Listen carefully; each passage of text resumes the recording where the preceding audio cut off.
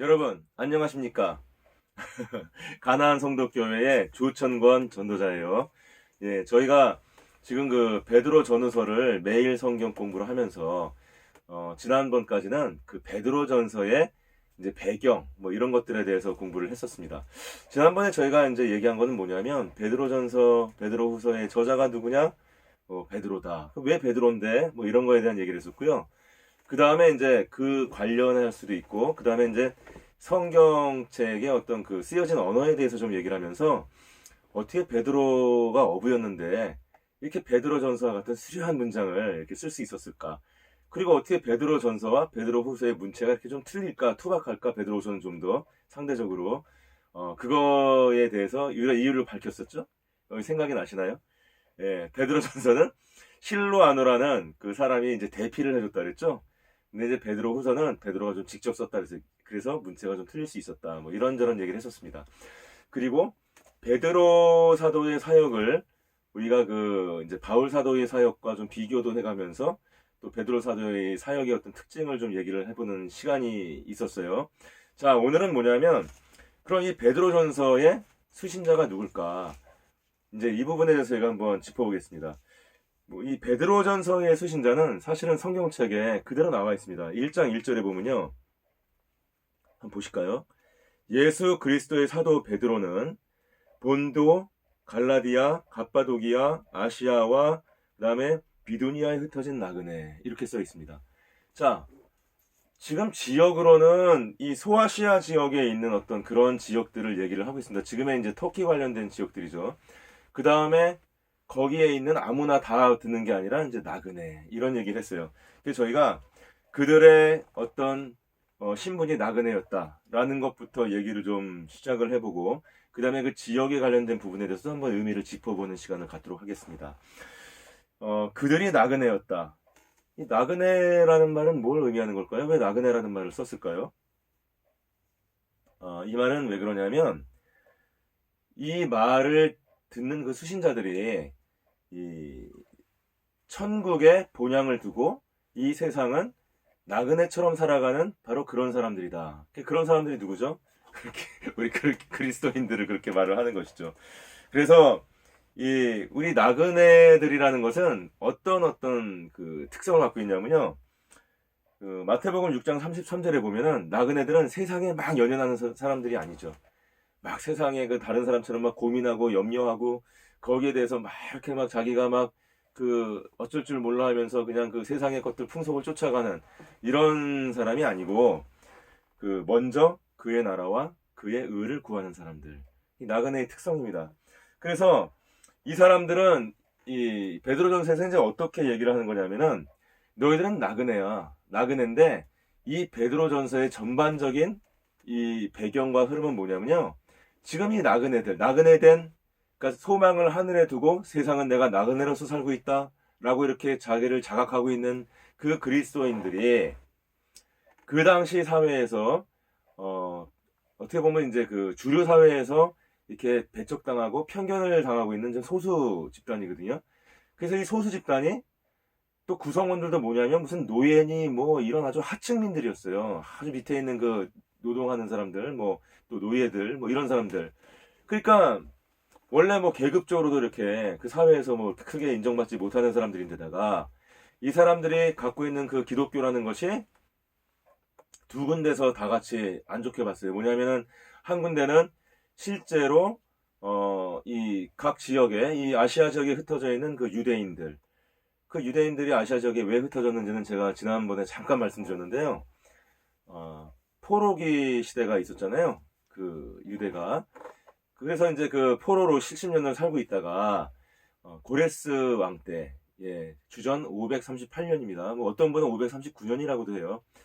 이렇게 고레스 왕 때 칙령을 통해 가지고 그 70년 동안 이렇게 지역에 흩어져 있던 유대인들이 이제 이스라엘 땅으로 가나안 땅으로 돌아올 수 있게 되었는데 70년이나 외부에서 이렇게 살다 보니까 막상 돌아온 그 당시에 그 유대인들이 5만 명밖에 안 됐었어요. 그 나머지 사람들은 다 지금 그 지역에 흩어져 살고 있는 것이죠. 근데 그 흩어져 살고 있는 이 유대인들은 기본적으로는 예수 그리스도가 이렇게 이 드러낸, 그리고 이제 그 제자들이 그 가치를 전하고 있는 복음, 이 십자가 복음, 뭐 이거보다는 아무래도 이제 그 유대의 전통에서 나와 있는 그 구약 성서, 특히 모세오경, 토라, 뭐 이 토라라는 것은 뜻이 뭐냐면은 이스라엘 백성아, 너희들은 하나님의 말씀을 들을지어다, 뭐 이런 뜻이거든요.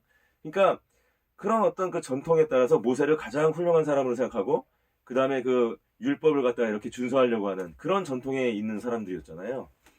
그러니까 안 맞잖아요, 지금. 이 기독교인들, 이 소수 집단들하고. 그러니까 이 사람들이 어떤 일을 당하냐면은, 유다인들이 뭐 이렇게 가족들이 있는데, 거기 이제 기독교 신자가 나오면, 막 배척을 하는 거예요. 너 그거 포기해라, 그거 하지 마라. 그러다가 이제 뭐 그거 이제 말을 안 들으면은 뭐, 내쫓아버립니다. 근데 내쫓아버린다는 게 뭐냐면, 그때는 가업을 주로 이어갔거든요. 근데 아버지한테 내쫓김을 당한다, 또 아버지한테 인정을 못 받는다는 얘기는 직장에서 쫓겨난다는 얘기예요, 그 당시에. 그런 경우가 굉장히 많았죠.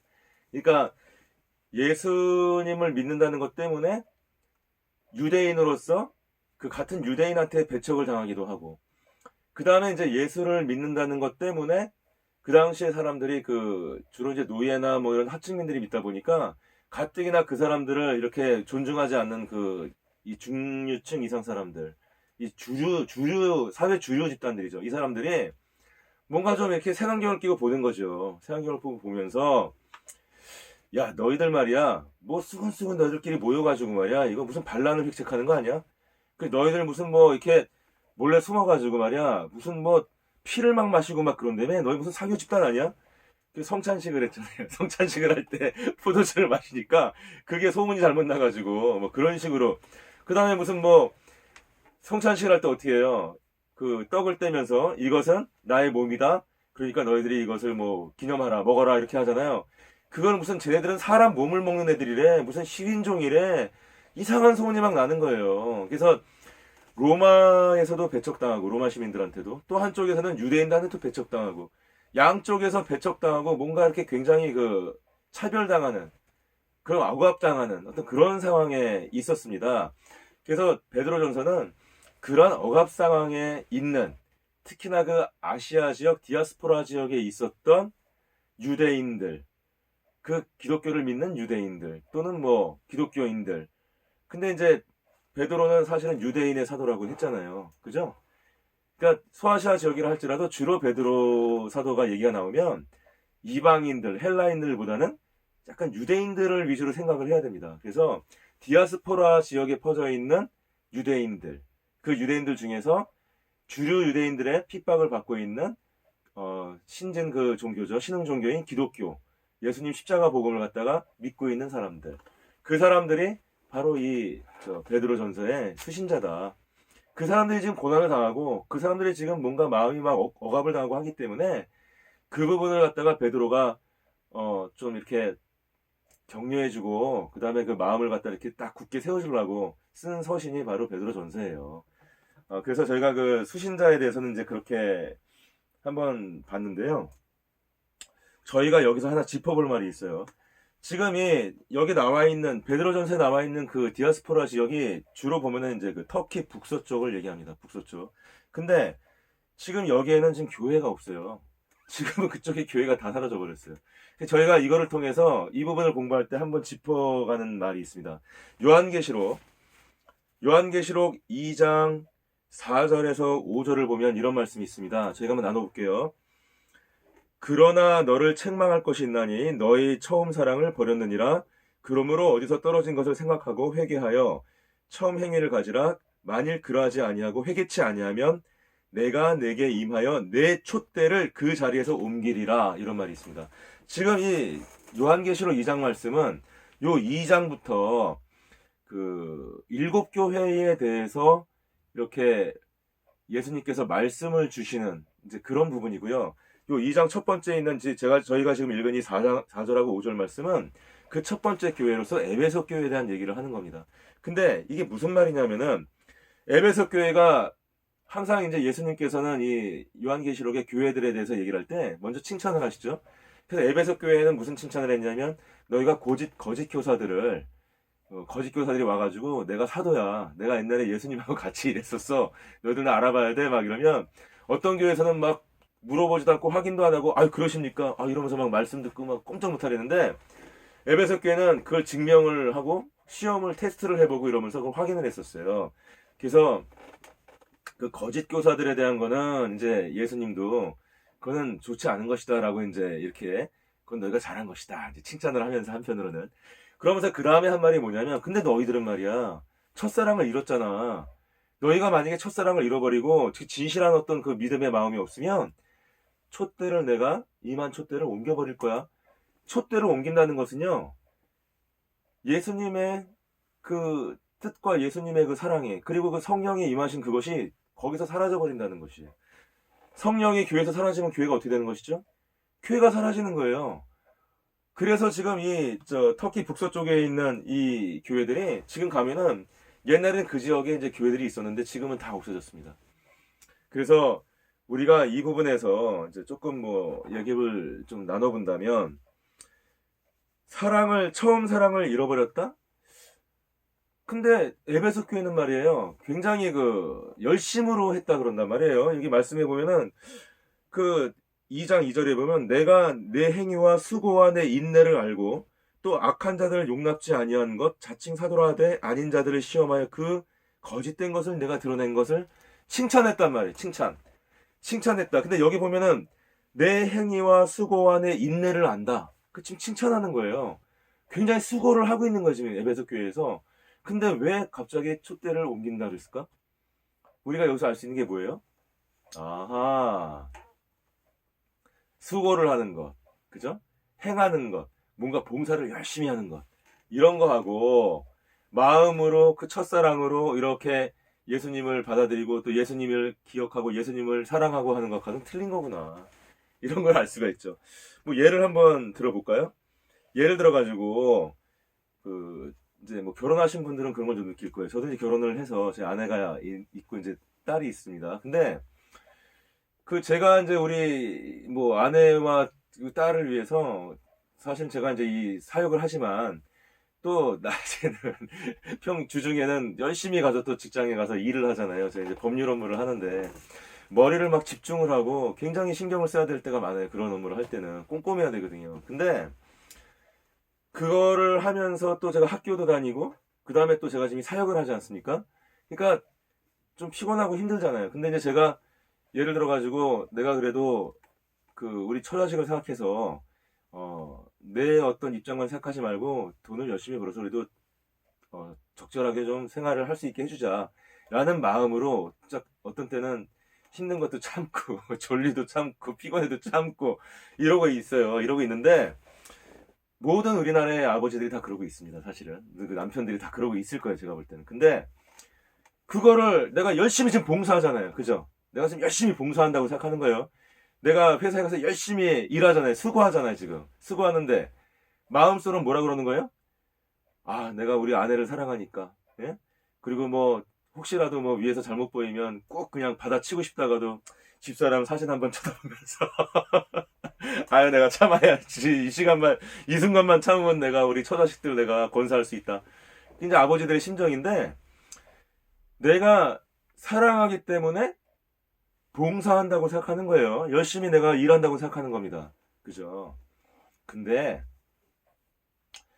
그럼에도 불구하고 내가 집에 들어가서 아, 내가 돈 벌어주잖아. 내가 너희들을 위해서 이렇게 수고하고 열심히 봉사하는 거 아니야.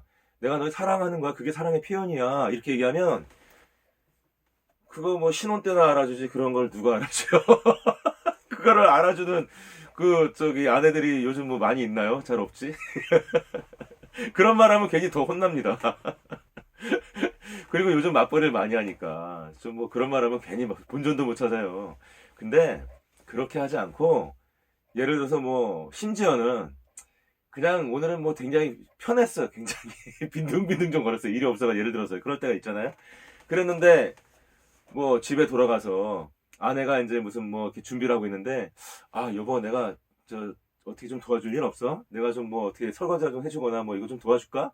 이렇게 얘기하면 진짜로 회사 가서 일하거나 막 그냥 스트레스 받고 막 이렇게 막 직장 그래도 다니려고 열심히 이렇게 하는 그게 더 힘든 건데.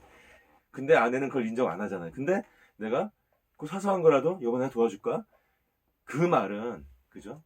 그 다음에 이제 뭐 저기 이렇게 제가 그런 게 있거든요. 그러니까 저는 저녁에 항상 공부하고 이렇게 또 뭐 사역하고 뭐 방송도 찍고 막 하기 때문에 잠을 같이 못 자요. 이제 방을 따로 자는데 잠자기 전에 제가 이제 우리 그 안방에 우리 가면은 우리 초등학교 다니는 우리 딸내미하고 집사람이 이제 이렇게 누워 있단 말이에요. 그러면 이제 내가 마지막으로 잘 자고 인사하고 나오는데 그 딸내미하고 아내가 이렇게 있으면 얼마나 이뻐요. 마음이 진짜 이쁜 마음이 들잖아요. 그러니까 아유 내가 열심히 해야지 이런 마음도 들면서 그 마음이 내가 다 우러나오는 거예요. 그래서 아유 우리 딸내미 아유 우리 마누라 뽀뽀도 한 번씩 해주고 이러면 그게 수고하고 굉장히 뭐 내가 뭐 힘든 건 아니지만 이 아내와 딸들은 내 사랑을 안단 말이에요. 그런 걸 원하는 거예요, 사실은. 예. 그게 진정한 사랑이라고 생각하는 거죠.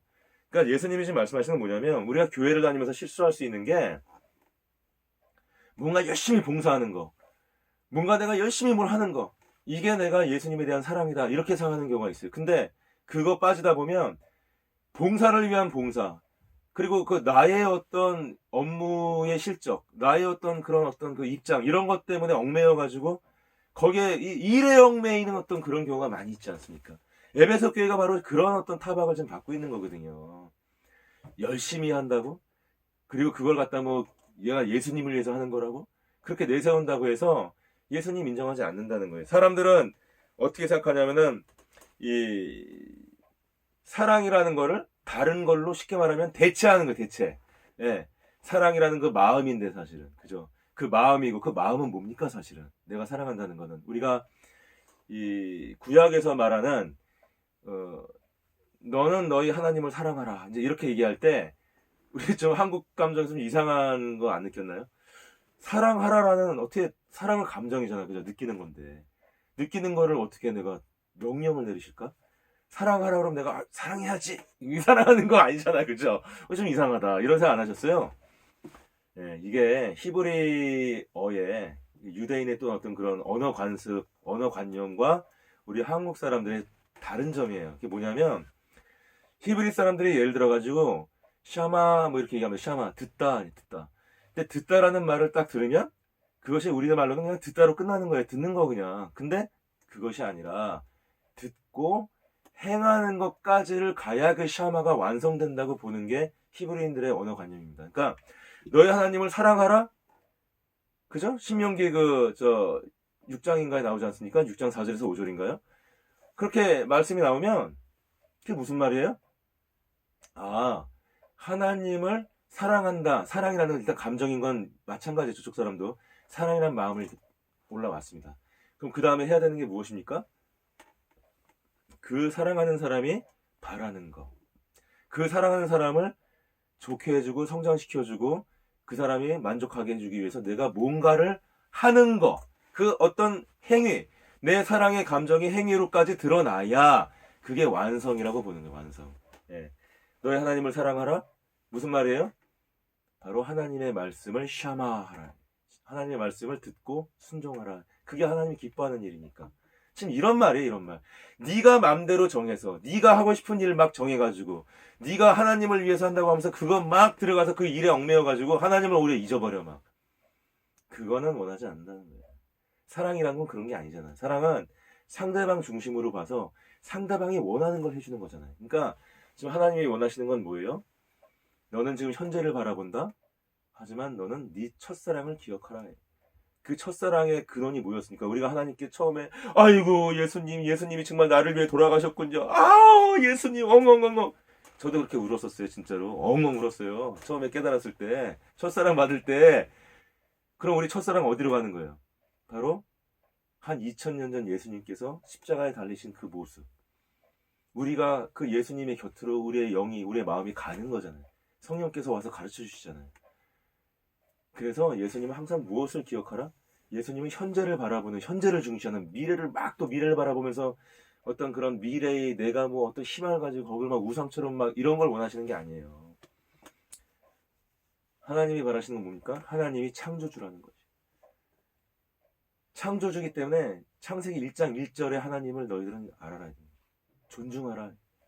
그냥 예수님이 말씀하시는 건 뭐예요?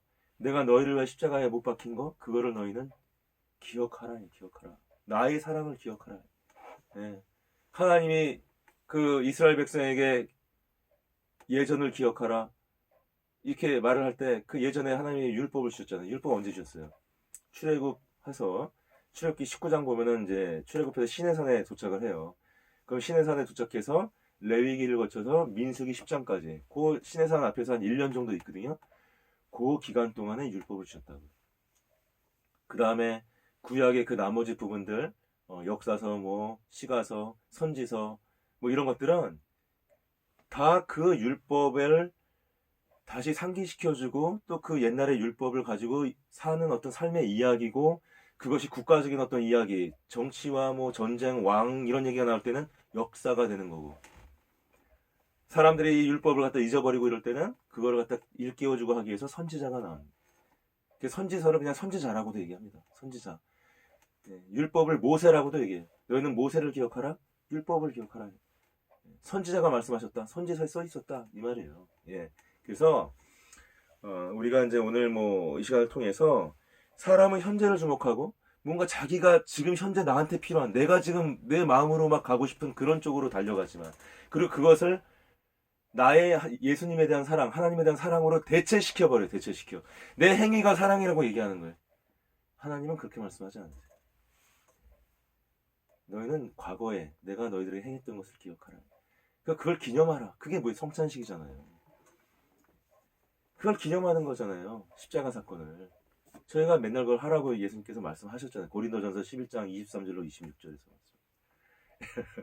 그러니까 이런 부분에 대해서 저희가 좀 요 얘기할 때는 항상 좀 이렇게 그러니까 촛대가 옮겨가지 않아야 됩니다. 촛대는 내가 열심으로 하고 현재 뭐 인간의 어떤 그 사랑을 대체해서 내가 막 뭔가 열심히 하는 걸로 지켜질 수 없다. 깨닫는 분은 아멘 하시기 바랍니다. 예. 듣는 귀가 있는 분은 예. 자, 그래서 지금 이 터키 북서쪽에 있는 어떤 그 교회들이 지금 사라졌단 말이에요. 유럽에 있는 교회들도 지금 굉장히 쇠퇴했죠. 왜요? 사랑의 의미를 변절시켜 버렸어요. 그 사람들이. 예, 생각으로 변절시키고 행위로 변절시켜 버려요. 지금 한국 교회도 그런 것들이 지금 문제가 되고 있는 거예요. 예, 우리가 뭐 문제 삼고 있는 여러 가지들이 왜 너희들은 그렇게 하느냐? 그러면 촛대를 옮겨버리겠다. 그 한국 교회 쇠퇴하고 있잖아요 지금. 막 사람들이 없어져 가면서 그런 것입니다. 그런 거. 예, 저희가 이 성경 구절 하나를 보더라도 또 그 이면을 보면서 이런 것들을 좀 이렇게 상고할 수 있는 그런 입장이 됐으면 좋겠습니다. 자, 오늘 우리가 뭐 좀 여기까지 할게요. 여기까지 하고 그 다음에 또 이제 그 이 배경 중에서 이들의 어떤 고난, 뭐 제가 이번 시간에 잠깐 얘기했지만 거기서 좀 구체적으로 이렇게 상고하면서 또 얘기를 계속 진행하도록 하겠습니다. 자, 여러분 수고하셨습니다. 고맙습니다. 감사합니다.